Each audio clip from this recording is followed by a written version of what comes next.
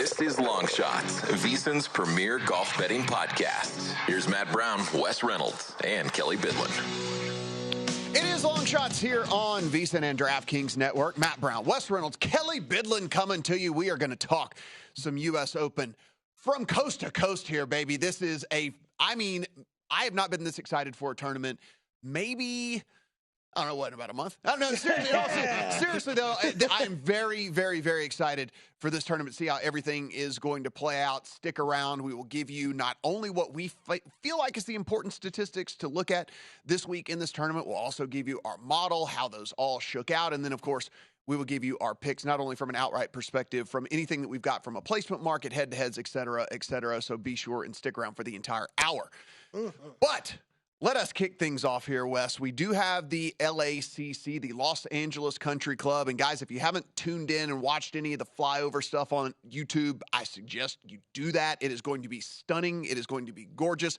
Very rarely do we get a top 10 course in the world that shows up out of nowhere, and that's what we're getting here with LACC.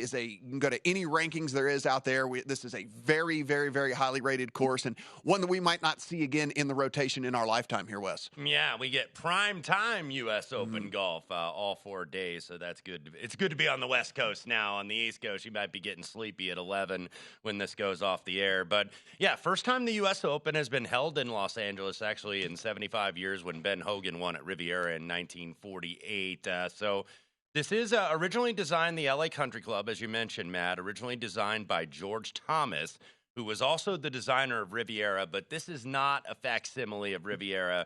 This is a very different course. It's actually located right in the center of the city, right in the heart of Los Angeles, right off the famous Wilshire Boulevard. So the redesign of this, or the renovation, I should say, was done by Gil Hanse, who seemingly is doing every major championship course right now for a renovation. Did Southern Hills last year for the PGA, and they restored this. He and historian Jeff Shackelford restored this in 2010.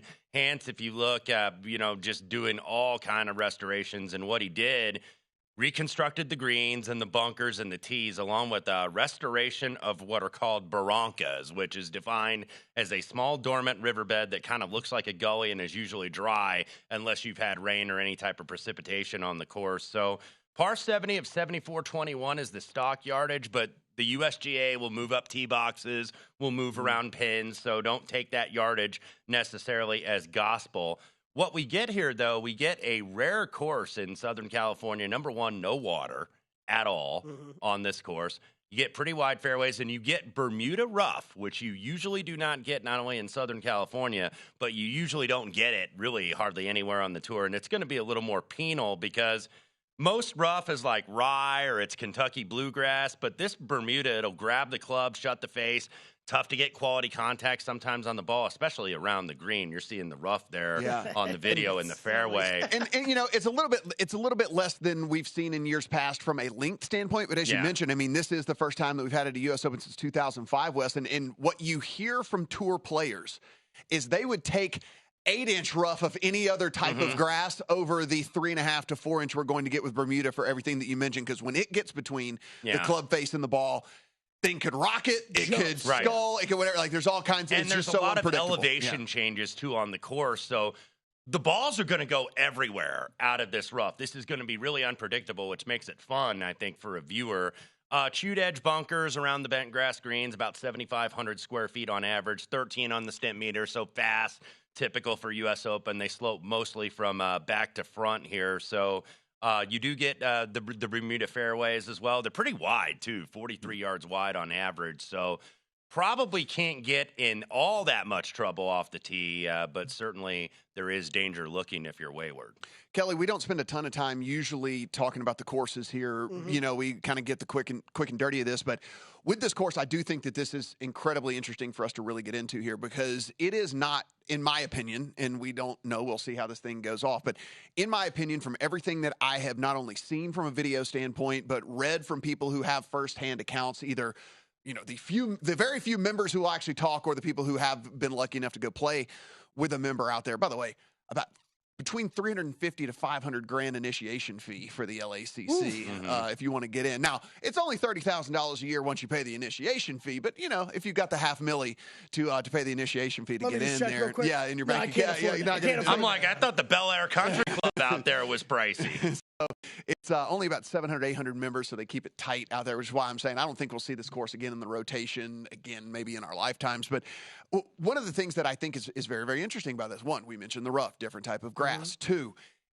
looks like this isn't going to necessarily be a place you can bomb and gouge where we've seen at a bunch of the U.S. Opens in the past. It doesn't look like that's going to play that way. We don't have any water, but we do have these Broncas that we talk about, which, by the way, if you talk to these people who have played this, the reason it's so fascinating is because you can get like 4 different type of lies in these things. And so you don't even know what you're going to get. Sometimes they're kind of sandy like a bunker. Sometimes they're dried out and you're hitting off concrete. You might be in some sort of vegetation if something has grown out of them and whatever. So you don't even really know what's going on there. Wide fairways, but they slope a lot. So if you're not good with your placement, whatever. So I do think the course here is just absolutely fascinating to me, which is why I'm so excited about this tournament. I think that, that's really the Barranca really being the big kind of penalty area that we're likely going to see, as Wes said, no water. So you're not really worried about that at all. It's just if they go into that Barranca, how horrible a lie are you going to have? It could be a nightmare getting out of there. So, yeah, and it is interesting. Watch the flyovers. It looks like it's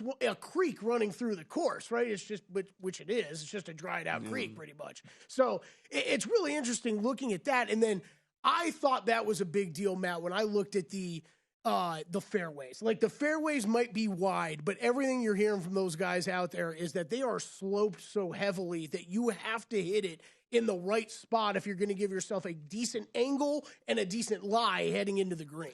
And we're looking here at the unique lineup with the 5 par 3s, the 3 par 5s, and then the 10 par 4s. And Wes, the other thing that people are going to notice whenever they tune in and watch this tournament, the super interesting layout, as you mentioned, where this thing could play 200 yards shorter. It could play another 100 yards longer, depending on what they do with all these things. But with these par 3s, we're going to have a couple of super long ones. We're going to have one of the shortest ones we've ever seen at a U.S. Open. And interestingly enough, you hear these players that have played both and say that both are equally intimidating because you don't normally play a 280-yard par 3 in which it doesn't look like you can run it up there. You're going to have to either fly it or lay up on a par 3.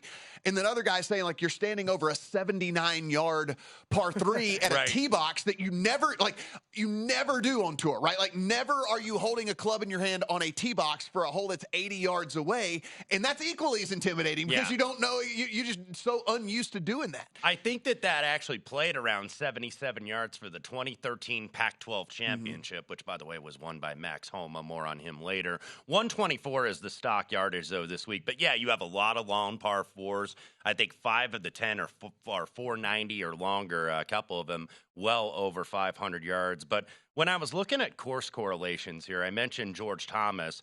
George Thomas also designed Riviera and Bel Air Country Club, but this course is unlike these other Southern California courses. Yeah, I didn't look at Riv really at all. Don't use Riv. Don't use Torrey Pines. What you want to use this week if you're looking at course comparisons or correlations, Augusta National, I think, is very reasonable because of the elevation changes. Southern Hills, which was a recent Gil Hanse redesign at the PGA Championship. A little bit of Shinnecock Hills, too, which has been played a couple times for the U.S. Open, more recently 2018, because of a lot of the short grass around the greens, even though Shinnecock more susceptible to wind, certainly, than LACC. And then Pinehurst, number 2, because of the Bermuda rough. The last time it was used for the U.S. Open was actually at Pinehurst, number 2. A little bit of Marion Golf Club, which was also a Hanse redesign. So you're tempted to look at the California courses. Don't give in to the temptation because there's not a lot of correlation. And Max Homa even said himself that basically that same thing. I mean, he's a guy, right? He holds a course record here, has played it, but he said, hey, I haven't really played it a ton of times recently, and it is extremely different from any of these other California courses that everybody seemingly wants to compare it to. Right. Yeah, it's going to be super interesting to see all of that. Now, we are going to get 156 golfers teed up here. 60 in ties are going to advance. But one thing to mention here, about 25 to 30 of these probably drawing dead qualifiers that got in, but probably have sub 1% chance, if not 0% chance of actually getting anything done here. So while it says 156, I kind of capped this more as like, 135-ish type players, 130-ish type players that I was really going into. And that was more from a miss the cut type situation, different things to factor in along the way where, yeah, a couple of these guys might get lucky and make the cut, but majority of these guys are probably going to struggle out here because I expect that some of these other guys will struggle out here. Now, we talk a lot about the course here. We got, 39 of the top 40 players. The only one that didn't make it was Will Zalatoris due to the injury. Wes, we know U.S. Opens typically try to play incredibly tough. We think that this one isn't going to be set up like the rest of the U.S. Opens out there. I actually, and again, I'm speculating here, I actually think winning score could be somewhere double digits. I actually think 10, 11, 12 might actually be what we're looking at here. Seeing guys shoot 2 or 3 under in a round, I don't think is going to be out of the realm of possibility. The caddy consensus per friend of the network, Rick Gaiman, who is out there already on the ground, said about 6 to 8 under. I was thinking maybe going in because it's still the U.S. Open about 4 or 5 under, but I don't know. I think maybe it's been billed a little bit too much that we're going to get like an over par score. I don't think so. I think probably somewhere 5 or 6, kind of like what we saw last year at Brookline. Yeah, what are you thinking? A couple of the quotes I was reading too. It sounds, I was thinking more like 7, 8, 9, 10, maybe 10 under, pushing that range. I think it's going to be a great course though, because it's sounding like from the guys out there that they feel like there's some birdies to make out there, but you're going to also be bogey. You're also going to get the bogey. That's why I think that it's going to be the range of score outcomes is so incredibly wide. Where I think the winner could get to 10, and I think we could see a really good player get cut by shooting 8 over the first 2 rounds, because I think there are birdies, but I also think there's doubles out there as well, right? If you get in the wrong positions and don't put yourself in a chance to score with all of this. We're talking about the stats that matter. What did we plug into our models? And of course, we'll run down the odds board and see who is the short shot to take this thing home.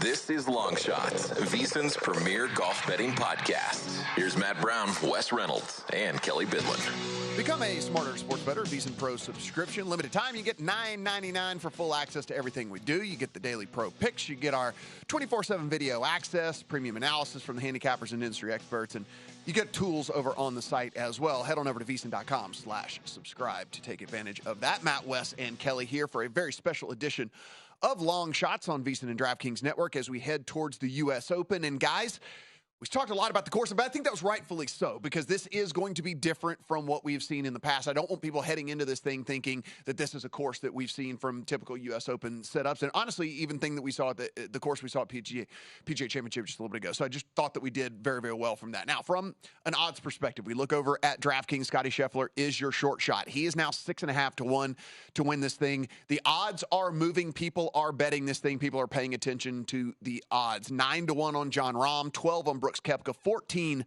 on Rory McIlroy, 16 on Patrick Cantlay, 18 on Xander Schauffele and Victor Hovland, and then a massive jump up to 30 to 1.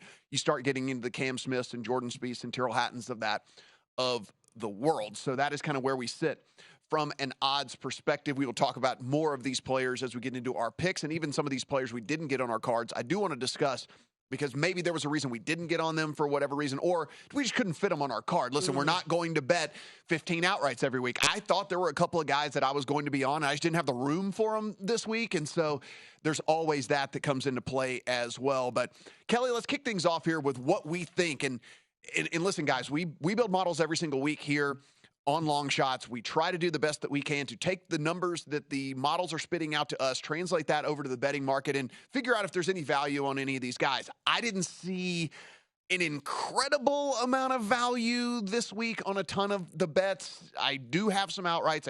I did make some plays, but there was not one that I felt like, oh my God, this is incredibly mispriced anyway, whenever the guys were kind of spit out to me on my model. But what were you looking at here from a statistical standpoint? That's interesting, because we'll have to get back to that, because I kind of felt the same way. There are, and I think we'll hit this when we go over our bets, but I think all three of us up here have been adding U.S. Open futures as we've been going the past few weeks here, really since the PGA. So We'll have to get back to that point, Matt, because, yeah, there really it wasn't a lot that I ended up adding to my card because of that exact reason. As far as really stats that I was heavily looking at this week and what I factored into my model, a lot of off the tee for me this week and a lot of approach. Really, I'm sprinkling in some other things here, but it's really sprinkling it in. I mean, off the tee and good drives gained, fairway accuracy. I think all that stuff's going to be extremely important this week. Not necessarily distance off the tee, but like we talked about a little bit in that first segment, making sure your tee finds the fairway. You're not messing around with that rough or possibly into some dangerous areas, some penal areas off the fairway. So Kelley, let's have a roundtable kind of on that, because there's been varying opinions in the industry on how to tackle this. And so for me, you said not so much distance. I factored in no distance at all. Wes, what did you do from a distance? Not much for me. A little bit of strokes gained off the tee, which does include distance along with accuracy. But I thought good drives gained was going to be a little bit more important this week, because you can still miss fairways here and recovers unless you're in the Broncos that we talked about in the first segment. But I use that a lot in terms of good drives gained. I didn't heavily go distance or accuracy, just basically being a good driver of the golf ball, which, you could use total driving too, which I know is kind of like an official PGA Tour stat that combines distance and accuracy. So there's a lot of way, I think, to attack off the tee, but I didn't use a lot of distance. Yeah, because that's what I think it does, Kelley, also make this different from some of these other tournaments, specifically U.S. Opens. We have seen like the last 5-6 U.S. Opens become, bomb and gouge. If you could hit it a long way, it didn't matter if you hit it in the rough. It was better to be down there, and then you kind of go about it from there. I don't think this course is going to play that way. I could be proven wrong. I don't think that course is going to play this way, so I didn't factor in distance, and I'm talking at all, like not one single thing, which will be evidenced in my betting. This isn't going to be winged foot from a couple years ago, where that was another Hans redesign where it was really bomb and gouging. You saw a lot of big hitters on that leaderboard. Yeah, that was what I did with it, Matt, is I did a little bit of distance, but like you said, Wes, it's more strokes gains off the tee just in total, and then good drives gained. I did a little bit of distance only because what you often bring up, Matt, is just as a separator. I want to see where guys rank on it just as a little bit of a separator, because we're still talking anytime you can gain on distance, you're going to have a little bit easier approach shot than most of the rest of the field coming in on that second shot. It was interesting because that is normally the tiebreaker for me. And this week for me, the tiebreaker, Wes, was more what guys do around the green and scrambling, because that was more the tiebreaker for me this week. Now, it is 8 times out of 10 distance, because again, longer's better. Typically, longer's always going to be better. But for me, I think there might be some separating coming on with what these guys are able to do around the green and kind of scramble, because these greens, while they are large and whatnot, we do think that this course is going to be firm, fast, hard. Holding them might not be as easy as we think, even though they are large and all that. So I kind of wanted some guys that if they find themselves in these tricky spots and have to be creative with some of their, kind of these getting back in and even saving par, which I think is going to be important as well this week. That was my separator this week. What did you look for from an approach and around the green standpoint? Yeah, Wes? approach just in general. And then I did proximity gained. You could do 175 to 200 as well. I did 200 plus. Because I think that you're going to see at least a plurality of these shots either be really long irons, because, look, these par fours are really long, or you're going to see really short ones where you're taking wedges from like 100 to 125. But I use 200 plus for proximity. In terms of around the green, I did a combo platter really of strokes gained around the green and then scrambling gained on difficult courses and difficult conditions. So I used that, and I also did some bogey avoidance, because pars, look, even though we think it's probably going to be an under par that's going to win the U.S. Open, pars are still good scores at the U.S. Open. Specifically on the hard, specifically on the hard holes, and especially 16 through 18 when you got 3 long par fours in a row to close. You'll take par on Sunday. It's funny because I did a little bit of both as well. Like I did some aggression and some defense. I also had bogey avoidance in my model, Kelley. But I also looked at birdie or better percentage as well for some guys, because I want some guys that are not only going to play defensively when they have to, and I think that is a big skill this week, knowing when to just kind of take your medicine. Like I'm not going to birdie this hole. Yeah. What is my best chance of parring this hole? And I think I want to know those guys, but also the guys when they look at it and do see that it is a scoring opportunity or the holes present themselves as scoring opportunities throughout the course of the week. I do want the dudes that can be aggressive and go out there and get that birdie whenever they need to. So I did actually factor that in the model as well. Yeah, I did. I also looked at kind of just factored in a little bit more overall putting and more distance putting than what I normally do. I did some bent grass as well. Yeah. What you call distance putting, approach putting right, is what I've seen it referred to, and that is your lag putting because you're going to have like 60, 70 feet putts, just barely making the green here. So no, and look, what are you looking for the guys? Those? Well, it's the 2 putts instead of 3 putts, right? So that's where I did want to factor that in. It goes back to exactly what you're talking about, Matt, where gaining a stroke on any of these holes is going to be huge. So no matter how you can get it done, whether it's putting it close to the pin and making an easy putt for yourself, or if you're maybe you're going to put it on a different part of the green. I mean, the green complexes are really fascinating here, too. So if you're putting it in a different spot, hopefully you can 2-putt, still get in. And like you guys said, scrambling around the green, I did factor that stuff in. Sounds like not as much as you guys, but of course I did. And then strokes gained par 5. There's 3 of them. But I'm going to keep going back to them. I know they're vastly different ranges, but still, I like to see those guys that can score on the holes that we think are going to be a little bit more scoreable in those par 5s.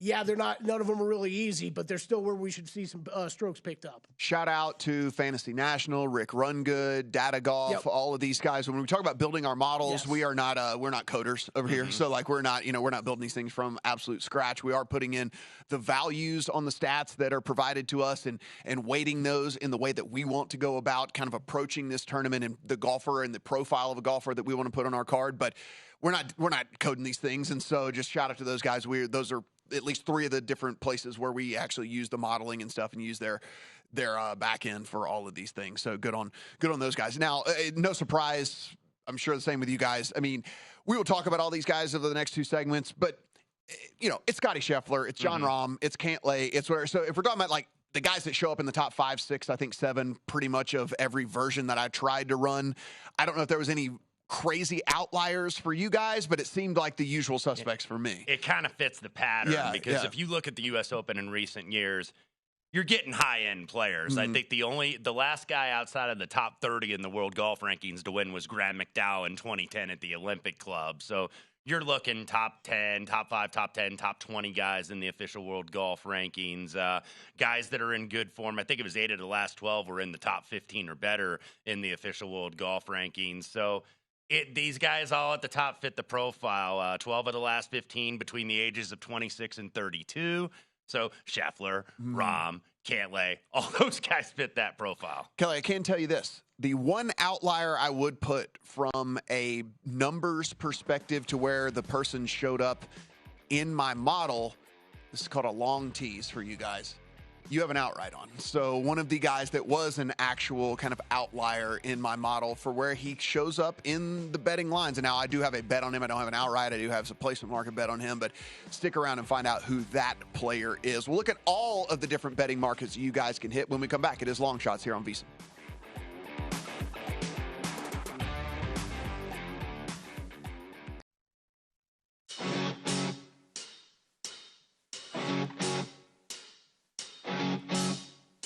This is Long Shots, VSiN's premier golf betting podcast. Here's Matt Brown, Wes Reynolds, and Kelley Bydlon. Before you make your next bet, be sure to visit VSiN.com and check out the current betting splits data. Split bets. You want to know where the money and the bets are moving for every game? Well, head on over there. We got DraftKings odds changing every 10 minutes. You can see the changes in all of the action. Betting splits, just another way VSiN's here to make you a more informed bettor year-round. VSiN.com for your betting splits data. Now, want to get right into all of these other markets. We are getting, one of the things we harp on, and if you are tuning in for the very first time, let us go ahead and tell you the way to keep your bankroll healthy in golf betting is to bet other markets outside of outrights. If you are just a very, very casual and you're dipping in for the majors, fine, go at it. I don't care. You can just bet a few outrights and have some fun. But if you're actually trying to do this and keep up a golf bankroll, you need to be betting head-to-heads. You need to be betting top 20s, top 40s, top 30s. You need to be betting groups, all of these different things.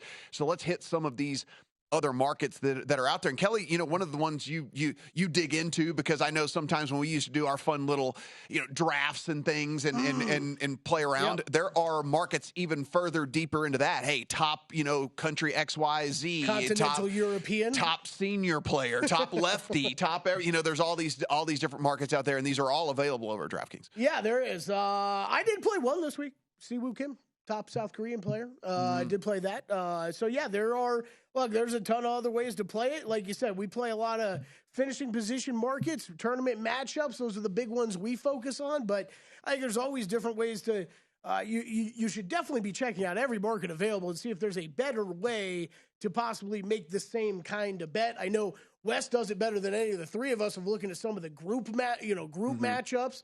I rarely ever check those out, and he'll bring up one every once in a while, and I slap my forehead and say, man, I should have looked at that before I made another stupid bet. So, yeah, look, I've got a lot of top 20s this week. I'm sure we'll go over all of our bets. But as far as kind of more out there, more of the side props, the only one I made was Siwoo Kim, top South Korea. And Wes, one of the things you can do with like some of these nationality props that are out there is if you, and this doesn't always work out, but I think a lot of the times you can kind of narrow these groups down to maybe 2 or 3 guys that you legitimately think have a chance to do well, right? And so what you've then done is kind of shrunk this down into almost a head-to-head, maybe a kind of 3-ball, but you're getting a better number than you would get if you were playing the typical head-to-head or 3-ball. And that's kind of how I look at it if I'm ever going to play a nationality prop, which is, who do I think from this group actually has a chance to go low in this tournament, actually has a chance to, let's say, top 20 it if I need to, and then you can kind of start to whittle it down from there. Yeah, looking at some of these nationality markets, it's not like Great Britain and Ireland where you have a ton of guys. I think you have like 14 guys, but something like the South African market, you have 4 players in that market, and a lot of them are not the names because Oosthuizen's not in the field and Brandon Grace is not in the field, so you get different guys, And one of the things we look at when we look at the, our guys that pop on our models, like I look at a guy that I don't think is going to win necessarily, but in looking over at our buddy Rick Gaiman's model, like the top French player, and I even texted with Kelley about this yesterday, I was like, Paul Barjon is the leading guy on approach. Now, he's done it mainly on the Corn Ferry Tour. Right. And I designated that in my column, but I'm looking at him like 8-1 to be the low Frenchman. It's worth a stab when it matches up with your numbers. So I think there's even a couple this week because there's even a few more of these this week than normal, Matt. I'm going to throw a few at you guys because I this is laying some heavy chalk, but I almost think they're worth it. Top Scandinavian, okay? You have Victor Hovland in there at minus 200. Alex Noren, Vincent Norman, and then 3 guys I can't even pronounce their names are next. Let me one-up you. Okay. What about the top Spanish player? I was going to go there. Top Spaniard. Because it's a little bit more on the move. It's a little bit more juice on Rom at minus 295. But it is Sergio and Pablo Larrazábal. Now, Pablo has won a couple times this year, but they've been on shorter courses against much weaker fields. David Puig and Alejandro Del Rey. That's the only competition for Jon Rahm. Jon Rahm would basically have to withdraw in order to not win this thing. Okay, so I got a third one for you. Top Irish. Just Irish alone. So this is Rory minus 165. Shane Lowry plus 330. Like respectable. Seamus Power maybe 6-1. But then Patrick Harrington 10-1, Matthew McLean 50-1. I think all of those. I don't know if I'd have a problem with anybody laying the chalk in any of those. Well, so you're getting a 3-ball with Rory against a couple of dudes that are like 70-1 and 175-1 to win the tournament is basically what you're getting with something like that. So that's kind of what we're saying. If you can look at the different markets and then start to shrink them down and see what the real competition is, maybe you can find some value somewhere. There also, by the way, is a live market, the lowest live up. I think there are 15 total in the field this week. Brooks Koepka, the obvious favorite, 2-1. Cameron Smith, 450. DJ and Bryson, 6-1 and 650, respectively. So you can bet into that market as well. And when we were doing our modeling, we mentioned both Fantasy National and Rick Rungood, Rick Gaiman's site. For the strokes gain stuff, I used a little bit more of the Rick Gaiman stuff because he includes the live numbers and some of the DP World Tour numbers. And that's why I got outliers. And that's why in my column, which you can get up now at vsin.com, I had to designate mostly live, mostly DP World Tour to give these numbers context. Right. Let's go to the top of the board here because I do know everyone's outright selections and neither one of us, none of the 3 of us have Scotty Scheffler or Jon Rahm or Brooks Koepka on our tickets this week. And For me, this is just nothing more than a numbers play. For me, Scotty Scheffler winning this tournament would not shock me in the least bit. We are on a historic run right now from tee to green. He can't putt at all, but listen, if he can even just get it back to level putting, he didn't even have to gain putting. If he can just get back to level, he's going to win this thing by 3 strokes. But I'm not 100% confident he's going to be able to do that, and so the 650 number doesn't jump out to me. Rahm, Kelley mentioned it. You mentioned it before we got on air. Yeah. It had drifted to 12-1 yesterday. Smart bettors got in and said, okay, this is enough is enough. That's too much on this guy. He's back down to 9-1 now on Jon Rahm, and then Brooks sitting at 12 West. I don't know where you kind of sit on these 3 guys. Me, it was just a numbers deal. It would not surprise me if any one of these 3 guys won. It's probably likely that you're going to have a final grouping with, or at least final couple of groupings that includes one of the 3 guys. It wouldn't shock me either. I just can't get there betting, 6.5s and 9s and stuff like that. Of those top 3 on the board, if you look at the matchup market, the guy that's getting faded a little bit actually is Brooks Koepka. Mm-hmm. Now, he's matched up against Rahm and Scheffler and Rory McIlroy, so you're against the top class there. But, because a lot of the casuals, I think, really like Brooks. It's like, oh, Brooksy's back, and he did just win the last major at the PGA. But he's the one of those 3 getting faded. And actually, I considered, I was looking at Scheffler and Rahm. I'm like, I can make a case for either one of these guys. I actually probably, even though Scotty was number 1 on all the stats I think that we ran, of the top 2, I would prefer Rahm actually this week over Scotty. Because he does putt well. Now, he didn't putt well the last couple of weeks, but, he is not on a long-term putting, downslide or whatever. And so he drives it just as good, might be the best driver of the ball out there as far as trying to hit it where he wants to hit it. That's what I was going to say. The difference between those 2, right? He drives it so much straighter, right? Yeah. There's not as much movement in that drive, so I think that's important this week. And so I'm with you, Wes. I think if I had to pick one of the 2, I would go with a Rahm. I'm thinking about adding a Rahm top 5 bet. You're getting over 2-1 on Rahm top 5. If you can find any of these places, there are shops out there that don't split up the money on any of the ties that are out there. So if you look around, you can find those. I think that a top 5 bet on Rahm is something that's at least fairly interesting for me anyway. I will, with these guys, Scheffler and Rahm. It's those 2, not Brooks, not Rory. I'm not really interested in either one of them. But when we get to my outright card, you'll see the way I set it up, Matt, because that was the reason why I brought up Rahm. I missed that 12.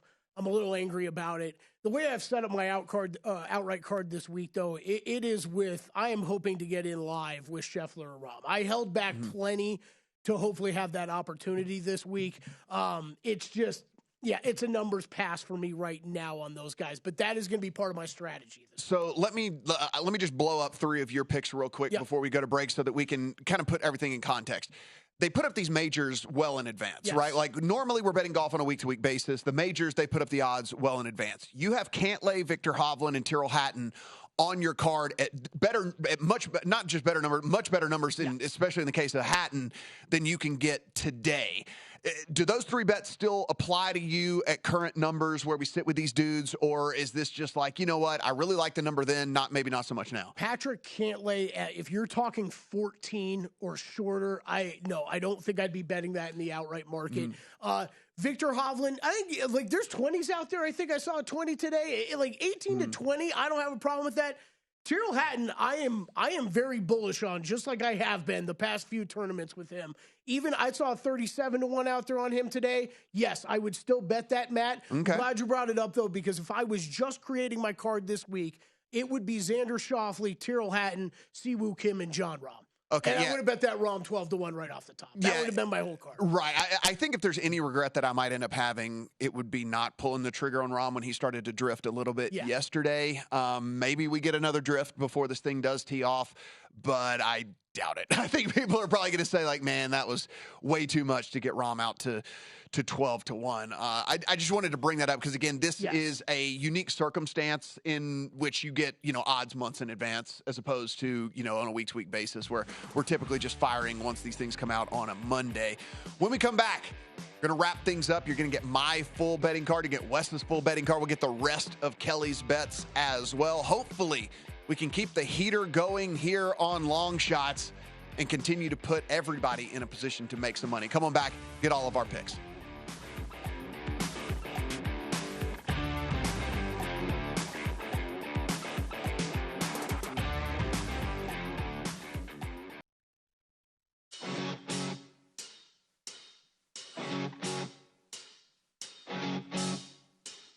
This is Long Shots, VSiN's premier golf betting podcast. Here's Matt Brown, Wes Reynolds, and Kelley Bydlon. Become a VSiN Pro subscriber today. Get a daily email recapping all the best bets from our show, hosts, and guests, and unlimited access to VSiN.com/picks page. You're going to get our pro picks, best betting splits, power ratings, 24/7 video access, $9.99 over at VSiN.com/subscribe.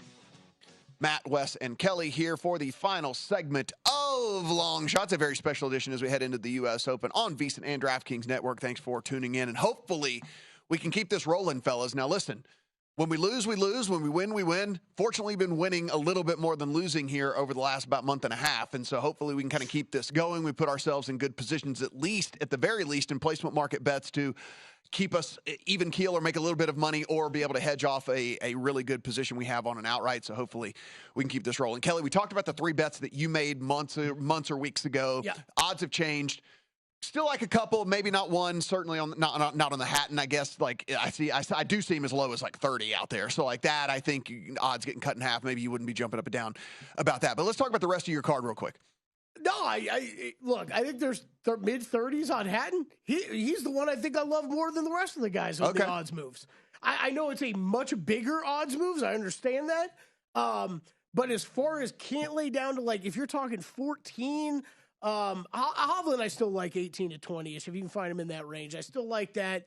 Cantlay, I think, is the one I'd maybe shy away from if 14's the best you're seeing on him right now. Tyrrell Hatton, I saw 35, 37 earlier.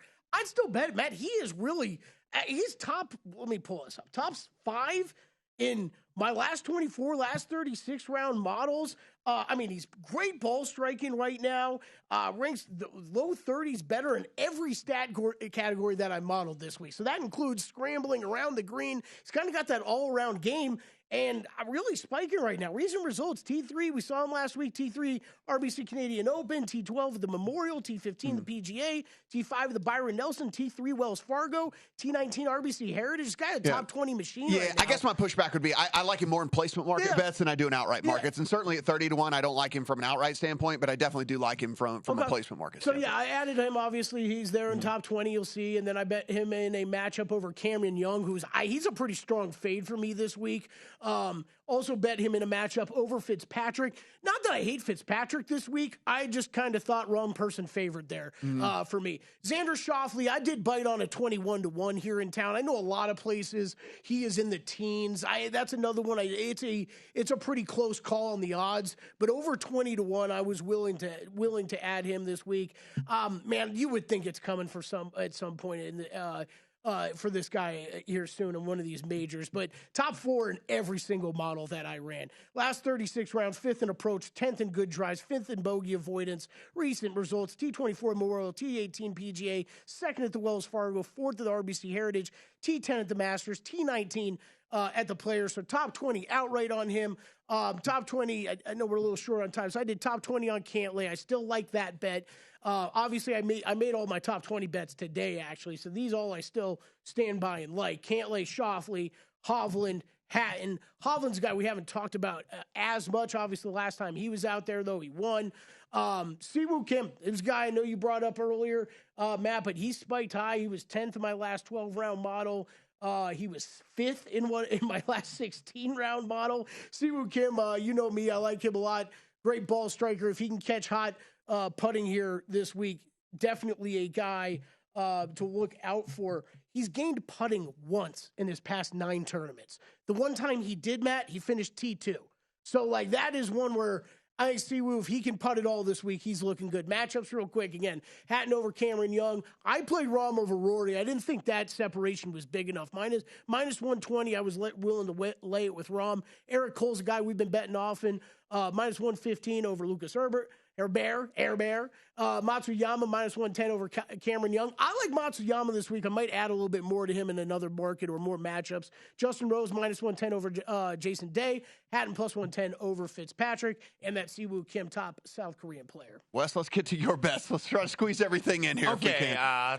3 chalks, 3 mid-ranges, and 2 bombs on the outrights. Placements and other matchups, props will be available later at the week at VSiN.com. My last ad, actually, the shortest price, Rory McIlroy, 14-1. Look, he's faded the last 2 Sundays, but he's still got 3 straight top 10 finishes dating back to the PGA. This is a course that I think is going to reward the artist maybe a little bit more than the scientist. So Rory at 14, Cantlay, I have at a little better number. 17, I still think is fair. I actually think he's been getting criticized for slow play. I think the slow play is going to benefit Cantlay this week because this is the U.S. Open. Everybody plays slow at the U.S. Open. So he's got Joe LaCava now on the bag, had him for the last month, Tiger's old former caddy. It's about time for Patrick Cantlay to really contend in a major. I think this is the week. Victor Hovland, 19-1, broke his maiden at the Memorial a couple weeks ago. And I think he's been a big game hunter in these tournaments with top 10s in each of the last 3 majors. I think he's got that monkey off his back now. So Victor at 19-1. Max Homa, who does have the course record here, 61, 33-1. And he fits the narrative street where he's kind of obvious, but so was Matt Fitzpatrick last year, having won the U.S. Amateur and the U.S. Open on the same course. So I'm still going to take Homa at 33. And for those that say I don't have any live players, here's one for you. How about Bryson DeChambeau, 48-1, 3-time winner on Gil Hanse redesigns. If you look at how he played at the PGA, was second in the field total driving, wasn't the typical bomb and gouge, though. He was also second in GIR and 15th on approach. Complete game, starting to come back. He's got a couple top 10s recently to surround that PGA finish on live.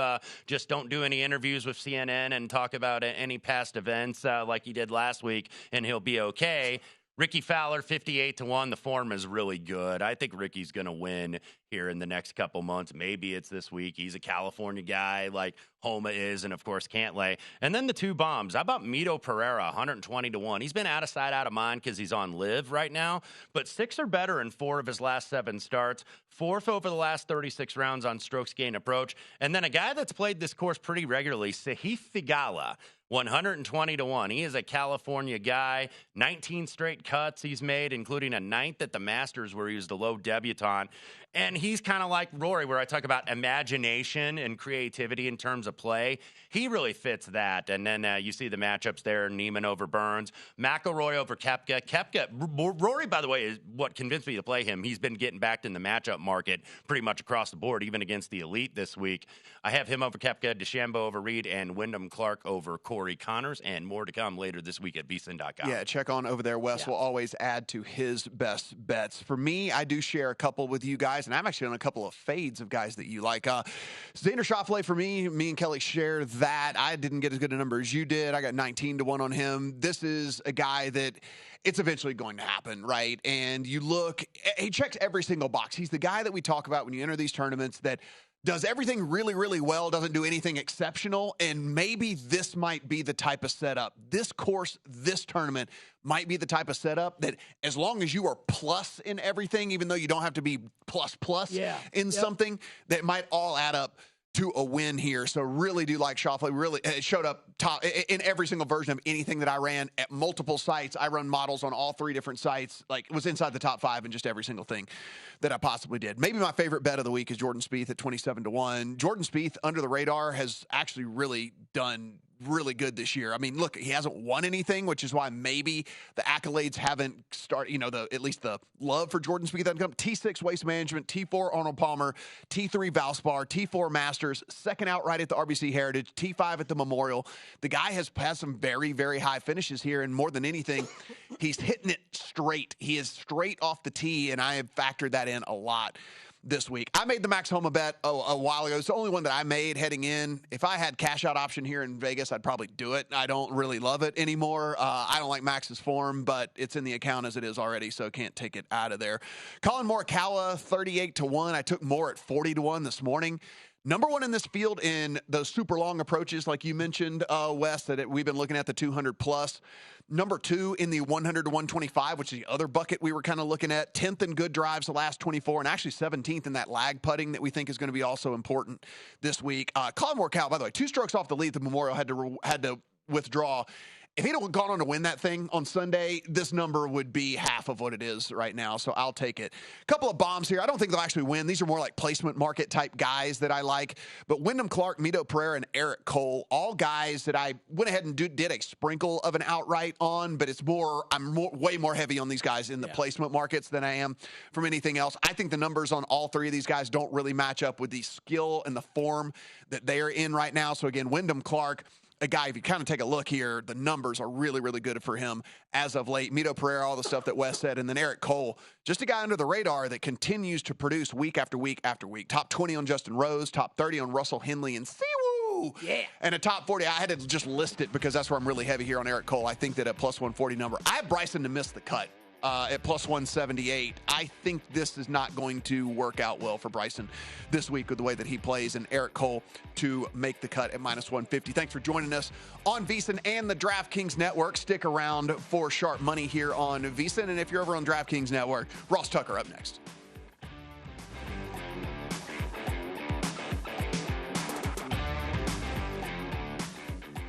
Go to VSiN.com/subscribe to become a VSiN Pro subscriber today.